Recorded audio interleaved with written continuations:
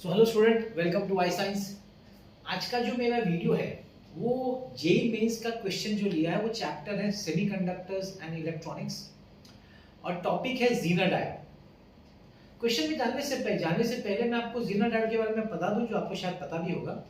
ज़ीनर diode एक voltage regulator का काम करता है। उसका जो सर्किट पे कनेक्शन होता है वो रिवर्स बायस होता है। रिवर्स बायस आप जानते होंगे। और वो जो वर्क करता है वो ब्रेकडाउन रीजन में वर्क करता है। ब्रेकडाउन रीजन के बारे में भी आपको मालूम होना चाहिए। ब्रेकडाउन रीजन यहाँ पे होता है थर्ड क्वाड्रेंट। ये आपका फॉरवर्ड बायस है और ये आपका रिवर्स बायस है। ये जो करंट है ये ब्रेकडाउन करंट है और ज़ीनर डायोड इसी रीजन में काम करता है, ब्रेकडाउन रीजन।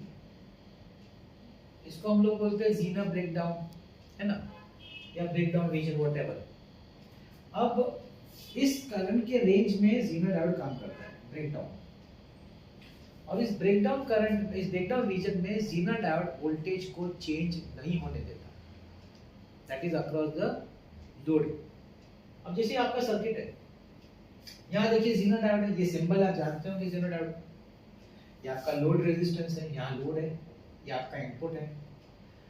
इनपुट में कोई भी चेंजेस हो, किसी तरह से भी वोल्टेज चेंज हो या फिर लोड की वजह से अगर करंट चेंज हो रहा है, मगर ज़ीनर डायोड की वजह से इसके अक्रॉस जो वोल्टेज होगा वो चेंज नहीं होगा। इनपुट वोल्टेज चेंज हो, करंट चेंज हो जाए, लेकिन ज़ीनर डायोड लोड के अक्रॉस जो पोटेंशियल डिफरेंस या जो वोल्टेज है वो चेंज नहीं होने देता। इसीलिए हम बोलते हैं कि Zener diode is acting like a voltage regulator. उसका काम ही वही है, वोल्टेज रेगुलेटर। वो काम इस रीजन में करता है जिसको हम बोलते हैं ब्रेकडाउन रीजन। यहाँ पे इसका आई मिनिमम होता है और आई मैक्सिमम होता है। ये वर्ड इसलिए बोलना जरूरी है क्योंकि यहाँ पे ना उन्होंने वर्ड मेंशन किया है, मैक्सिमम ज़ीनर करंट। मतलब वो जिस ब्रेकडाउन रीजन में काम करता है ना, वहां भी एक मैक्सिमम करंट वैल्यू होता है। तो उसी रेंज में काम करना है उसको, उस बात का ध्यान रखना पड़ता है। अब वो करंट एक्सीड ना हो, मतलब जितना ज्यादा करंट होगा उतना पावर डिसिपेशन होगा ना, पावर उतना ज्यादा कंज्यूम होगा। तो ज्यादा पावर डिसिपेशन ना हो उसके लिए एक रेजिस्टेंस कनेक्ट करना पड़ता है सीरीज में। ये आपका रेजिस्टेंस है सीरीज में। अब देखिए मैं आपको बता रहा हूं हर एक चीज के पीछे कारण। अब इसके बारे में क्यों मैंने बताया, क्योंकि उन लोग ने वही पूछा है what is the minimum value of the resistance. इस रेजिस्टेंस का मिनिमम वैल्यू कितना होना चाहिए, कब, जब ज़ीनर डायोड से मैक्सिमम करंट 90 मिली एम्पियर का पास हो रहा हो या फ्लो हो रहा हो। मैक्सिमम करंट ज़ीनर डायोड का 90 मिली एम्पियर और आपका जो इनपुट वोल्टेज है वो 50 वोल्ट का है और ज़ीनर डायोड का जो वोल्टेज है वो 5 वोल्ट्स का है। 5 वोल्ट्स का मतलब क्या, इनपुट कुछ भी हो, लोड के अक्रॉस वोल्टेज हमेशा 5 वोल्ट का रहेगा। वो लिखा रहता है, वो ज़ीनर जब बनता है तो वो पर्टिकुलर डायोड, वो ज़ीनर डायोड कितने वोल्टेज का वो पहले से लिखा रहता है। मतलब वो ज़ीनर डायोड उसी वोल्टेज पे काम करेगा। तो आपका जैसा भी लोड हो उसके हिसाब से आप ज़ीनर डायोड यूज कर सकते हैं और वोल्टेज हमेशा फिक्स रहेगा, चेंज नहीं होगा। ठीक, तो क्वेश्चन और मैं भी आपके लिए पढ़ रहा हूँ। मैंने आपको इसका पीछे का बैकग्राउंड समझा दिया। क्वेश्चन है, in a given circuit diagram a 5 volt Zener diode 5 volts का है, सो आई कैन से VZ, इसको हम लोग VZ से डिनोट करेंगे। 5 वोल्ट ज़ीनर डायोड का वोल्टेज है along with the series resistance. अभी मैंने आपको समझा दिया ना ये रेजिस्टर का काम क्या है। रेजिस्टर का काम ये है कि ज्यादा करंट इसमें से न फ्लो है। इतने ब्रेकडाउन में ठीक है, लेकिन जितना हो सके उस करंट को ये जो वोल्ट रेजिस्टेंस है वो इसको एब्जॉर्ब कर ले, जिससे कि ज्यादा पावर डिसिपेट ना हो और ज़ीनर डायोड खराब ना हो, डैमेज ना हो जाए। तो with the series is connected across a 50 volt power supply। ये आपका 50 volt पावर सप्लाई मतलब आप बोल सकते हैं इनपुट वोल्टेज है, इनपुट वोल्टेज 50 वोल्ट। तो क्वेश्चन ये पूछा है कि इस रेजिस्टेंस का मिनिमम कितना वैल्यू होना चाहिए आर का, जिससे कि मैक्सिमम जो ज़ीनर डायोड में करंट पास हो सके, उससे ज्यादा एक्सीड नहीं होना चाहिए। मैक्सिमम वो होना चाहिए 90 मिली एम्पियर। मतलब I Z Zener current max Zener current होना चाहिए 90 milli ampere, which is 90 into 10⁻³ ampere. इसको क्रॉस नहीं होना चाहिए। तो हमारे इस रेजिस्टेंस का वैल्यू कितना होना चाहिए। ठीक है, अब देखो VZ इनपुट वोल्टेज दो पार्ट में लिखा जाएगा। एक तो आपका ये जो इसको हम लोग सीरीज रेजिस्टेंस बोलते हैं, तो VS plus VZ zener voltage. तो इनपुट वोल्टेज है हमारा 50 volt, series voltage plus zener voltage है 5 वोल्ट्स। तो सीरीज वोल्टेज हो गया 50 minus 5, VS is equal to 45 volt. इसका मतलब है इस रेजिस्टेंस के अक्रॉस जो वोल्टेज होगा वो होगा 45 वोल्ट्स। सबसे पहला हमको ये पता चला, हमको पता करना है R का। याद रखिए हमको रेजिस्टेंस का वैल्यू पता करना है। तो ओम्स लॉ के हिसाब से V is equal to IR होता है। तो हमको V तो पता चल गया, मुझे अगर R चाहिए तो होना चाहिए V अपॉन I। तो हमको V तो पता चल गया 45 वोल्ट्स। हमको अभी करंट निकालना है, इसमें से कितना करंट पास हो रहा है। अब आप ध्यान से देखेंगे तो इसका जो करंट है ना I, वो दो करंट का बना हुआ है, I1 plus I2, I1 plus I2। अब आपको यहां से समझना है कि I1 I2 क्या है। देखिए यहाँ पे अभी उन्होंने मेंशन किया है कि मैक्सिमम जीनर करंट की बात हो रही है, मैक्सिमम जीनर करंट। अब आप जानते हैं मैक्सिमम जीनर करंट कब होगा? अब पहले इसके बारे में सोचिए, मैक्सिमम जीनर करंट कब होगा? मैक्सिमम जीनर करंट तब होगा जब इस लोड से करंट नहीं पास हो रहा होगा या मिनिमम करंट पास हो रहा होगा। इसका मतलब है उस समय, याद रखिए मैं लिख रहा हूं, फॉर IZ मैक्स, इस मैक्सिमम कंडीशन के लिए load resistance should be tending to infinity. ये बहुत हाई होना चाहिए, लोड रेजिस्टेंस बहुत ही हाई होना चाहिए।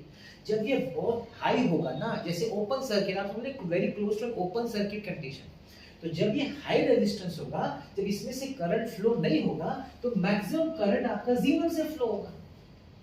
तो ये कंडीशन, ये जो मैक्सिमम वैल्यू करंट है ना, ये कंडीशन तभी पैदा होगी जिस समय आपका लोड रेजिस्टेंस बहुत हाई होगा, जिसको हम बोल सकते हैं इंफिनिटी। ठीक, तो अगर ये इंफिनिटी है तो इसमें से करंट कितना पास होगा? अगर हमको समझना भी है, सपोज I2 आपको समझना भी है, I2 है ना, तो इसका कैसा रहेगा VZ, क्योंकि इसका वोल्टेज तो वही रहेगा जो जीनर का है, अपॉन RL। ये आपका है 5, ये आपका इंफिनिटी, तो जीरो हो गया। मतलब current flowing through the load is zero, definitely ना होना ही चाहिए, क्योंकि उसका रेजिस्टेंस हाई है, इनफाइनाइट है, तो करंट तो पास ही नहीं देगा। मतलब I2 इज जीरो। ये मैं आपको समझाने की कोशिश कर रहा हूं, I2 इज जीरो कब? जब IZ is maximum. Please get this point very clear. I2 will be zero, the current flowing through the load resistance तब जीरो होगा जिस समय करंट जीनर डायोड से मैक्सिमम करंट फ्लो हो रहा है। मतलब when IZ max is equal to 90 milli ampere, I2 जो होगा जीरो हो जाएगा। उस समय मैक्सिमम करंट के समय लोड करंट जीरो हो जाता है। इसका मतलब है जो मेरा I I1 प्लस I2 है, तो वो सिर्फ IZ मैक्स ही रहेगा और कुछ नहीं रहेगा, वही रहेगा I1 और कुछ नहीं। I2 तो जीरो, ठीक है ना। तो कितना हो जाएगा 90 मिली एम्पियर, जो कि हम लोग ने कन्वर्ट किया है। तो मुझे रेजिस्टेंस निकालना है, therefore R is equal to VS upon I। VS हमने VS निकाला है 45। करंट कितना है? करंट वही है जो जीनर से फ्लो हो रहा है। कितना फ्लो हो रहा है? 90 मिली एम्पियर। तो 90 into 10 raised to minus 3, 45 2s ये ऊपर चला जाएगा, 1000 upon 2, 500 ओम। क्या मैंने आपको बताया कि इस क्वेश्चन में ऑप्शन नहीं है? तो इस तरह भी क्वेश्चन आते हैं जेईई मेंस में, आप जानते हैं, जहां पे आपको सिर्फ डिजिट टाइप करना पड़ता है। तो कैसा क्वेश्चन है देखिए, डैश ओम, तो आपको ओम भी टाइप नहीं करना है, आपको सिर्फ ये 3 डिजिट टाइप करना है, 500। तो सिर्फ 500 टाइप करेंगे, आपका आंसर हो गया और आपको इस पे 4 मार्क्स मिल जाएंगे। तो ये कांसेप्ट है zener diode as a voltage regulator. मैं एक बार और आपके लिए अगर चाहिए तो रिवाइज कर देता हूं, क्या कांसेप्ट है। कांसेप्ट बता रहा हूं, और नहीं तो आप फिर समझ जाए कांसेप्ट क्या है। अगर जीनर से मैक्सिमम करंट फ्लो हो रहा है, वो तभी हो सकता है जब लोड करंट जीरो होगा। कब जीरो होगा? जब लोड का रेजिस्टेंस इनफाइनाइट होगा, वेरी हाई, तभी यहां से करंट नहीं फ्लो होगा, तो पूरा का पूरा करंट जीनर से फ्लो होगा। तो ये जो मैं बोला I is equal to I1 plus I2, इसमें I2 जीरो हो जाता है, तो मैंने समझाया I2 जीरो हो जाता है। तो जो भी I है वो that will be equal to I1, I1 मतलब मैक्सिमम जीनर करंट, तो I is equal to maximum zener current which is 90 milli.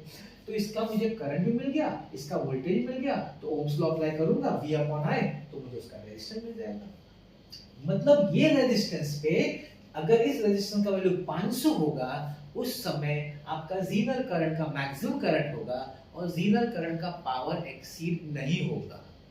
Zener current का जो पावर है, जो उसका रेटिंग है, वो एक्सीड नहीं होगा, वो ज्यादा से ज्यादा यहाँ पे एब्जॉर्ब हो जाएगा। ये इस रेजिस्टेंस का इंपॉर्टेंस है या यूज है जब हम लोग जीनर डायोड यूज करते हैं एज अ वोल्टेज रेगुलेटर।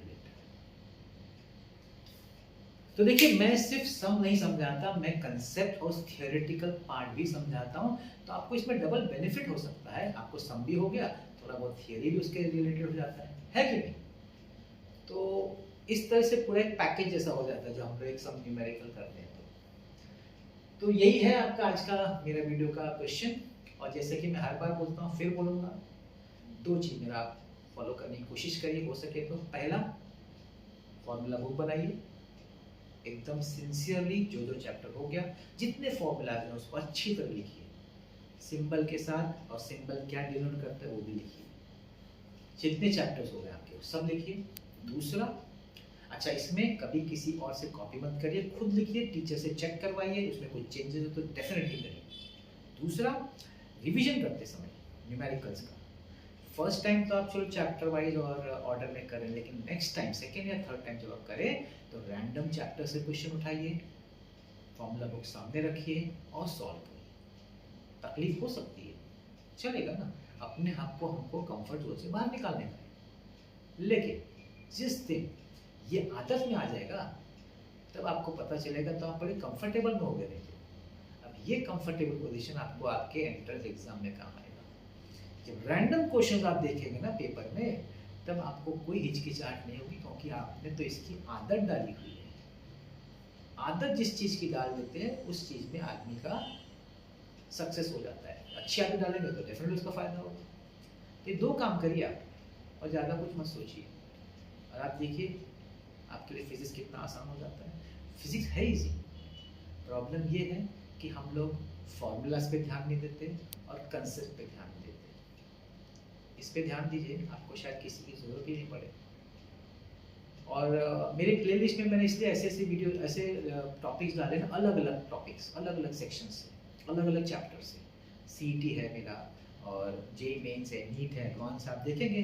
कारण ही यही है, मैं चाहता हूँ कि जब स्टूडेंट मेरा वीडियोस देखें तो जब उनको अलग अलग चैप्टर से, अलग अलग टॉपिक से दिखेगा तो थोड़ा सोचने में मजबूर होंगे, अपने कंफर्ट जोन से बाहर आएंगे, तो उसको डेफिनेटली उसका फायदा होगा।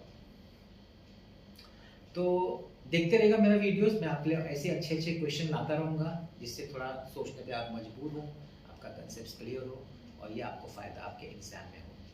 तो आज का मेरा वीडियो देखने के लिए बहुत बहुत धन्यवाद। Thank you very much.